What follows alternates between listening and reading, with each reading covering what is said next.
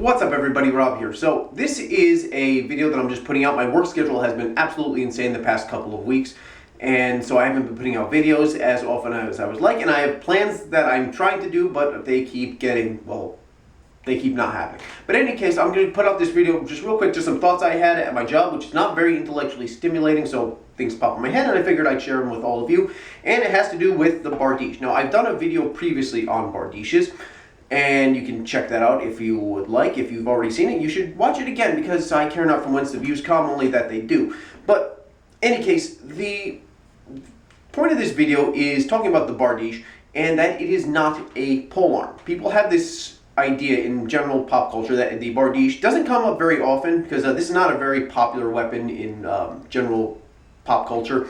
But when it does come up, it's almost always portrayed as a polearm, and this most certainly is not a polearm. I remember watching one of the arena fights in Game of Thrones. There was a guy with a bardiche-like weapon, and he was using it like basically like a halberd or a like a pole axe. It was basically like a spear of some, a polearm of some kind.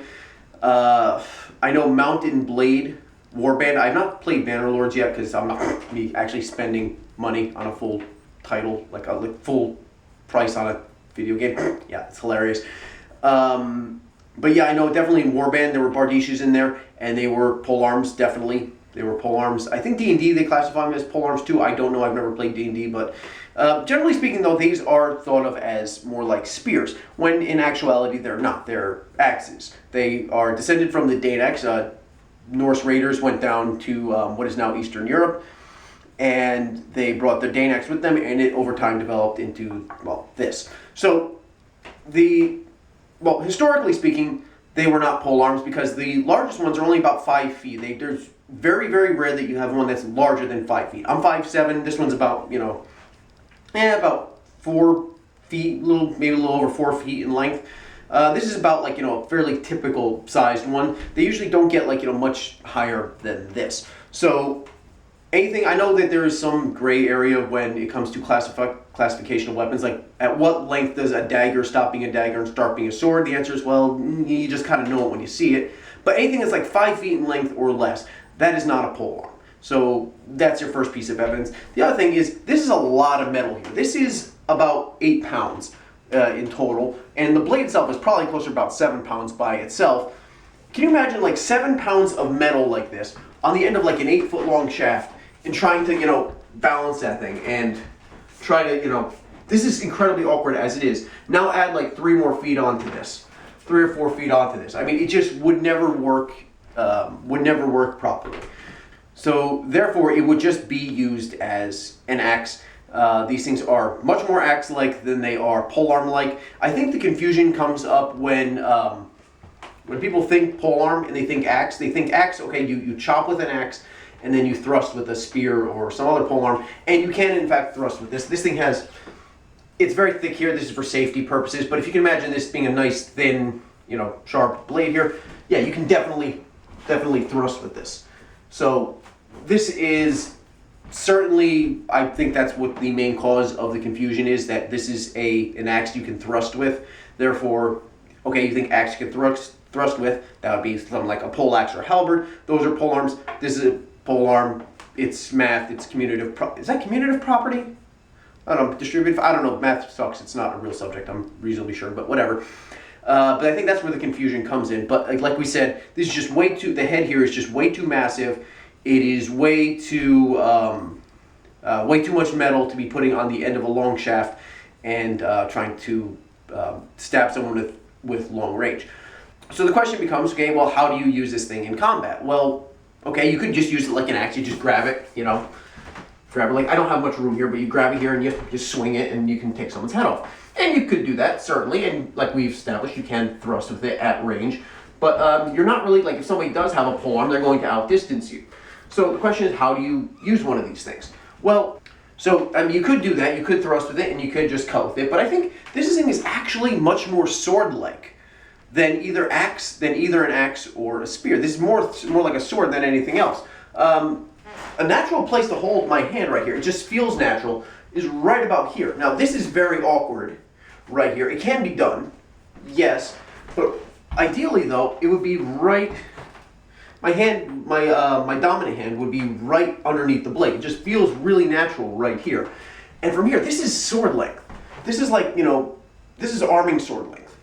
I can sort of do it one-handed. It's kind of awkward. But you add the second hand further down, I can maneuver this very quickly. Again, not a lot of room here, but I have a lot of mobility here. And with it, something like a Dane axe, you can't really parry. The head is too small and it's too concentrated at one point, so it's very difficult to parry with it.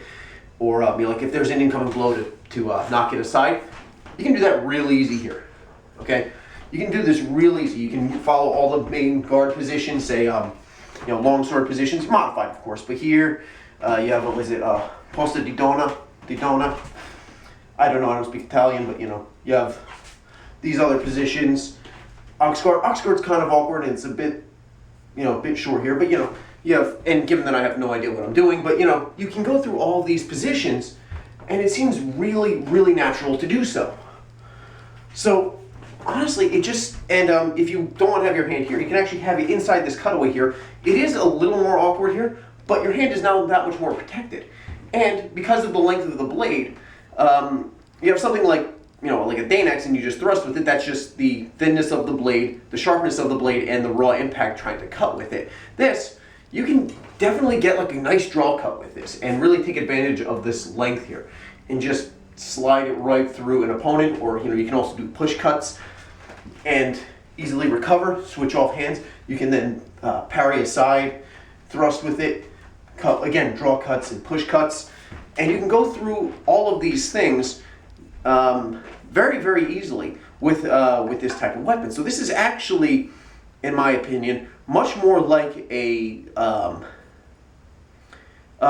sword than anything else. Yes, it's technically an axe, and it looks kind of like an axe, and it acts like a spear, but you can also use it like a sword as well.